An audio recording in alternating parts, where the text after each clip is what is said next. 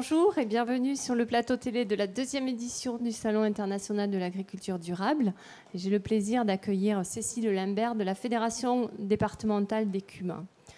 Bonjour Cécile Limbert. Bonjour. Vous êtes donc animatrice à la Fédération des CUMA du Lot-et-Garonne. Tout à fait. Vous avez organisé un atelier sur les engrais de ferme.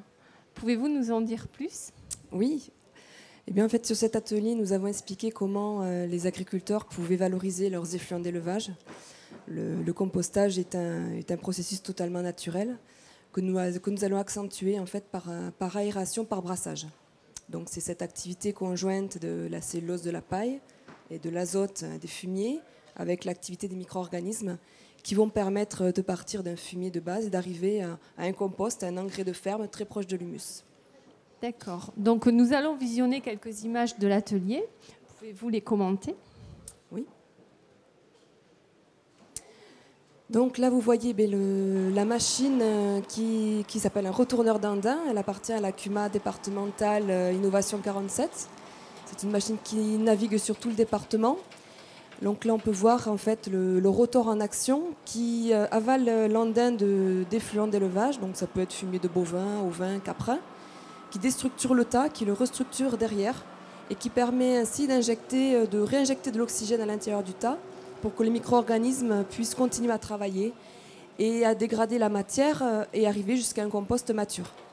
D'accord. Et quels sont les intérêts pour les agriculteurs de fabriquer eux-mêmes leurs engrais ? Au niveau du compostage, les intérêts sont multiples. Tout d'abord, il y a la diminution de volume. Souvent, les éleveurs ont des problèmes de volume de fumier.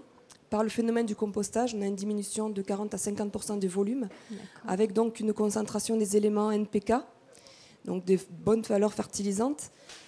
Cette activité aussi entraîne une élévation de température au sein du tas qui permet de détruire des germes pathogènes, détruire aussi les graines d'adventice, donc très intéressantes quand on veut les pendre sur prairies, y compris les prairies pâturées.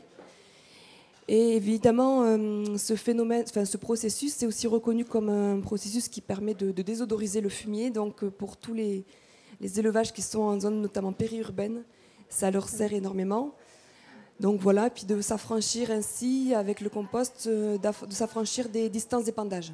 Très bien. Et d'un point de vue économique, je suppose qu'il y a également un gain sur le coût de la fertilisation. Exactement. Sur le coût de la fertilisation, mais aussi sur le coût à l'épandage, parce que c'est une matière qui est beaucoup plus fine, beaucoup plus facile à épandre, beaucoup moins de matière à épandre, et en plus, on a besoin d'en mettre très peu hectares, vu qu'on a un produit très concentré. Et existe-t-il une réglementation qui encadre cette activité ? Oui, il y a un aspect réglementaire quand même. Le compost, même si on part sur du compostage au champ, la position du tas doit respecter les limites liées à l'épandage, par exemple, de fumier. Donc vis-à-vis des habitations, des cours d'eau, on doit respecter certaines distances. Et après, du moment qu'on voudrait, par exemple, y injecter du lisier, il faut le faire sur des plateformes air bétonnées avec récupération des jus. Très bien. Voilà.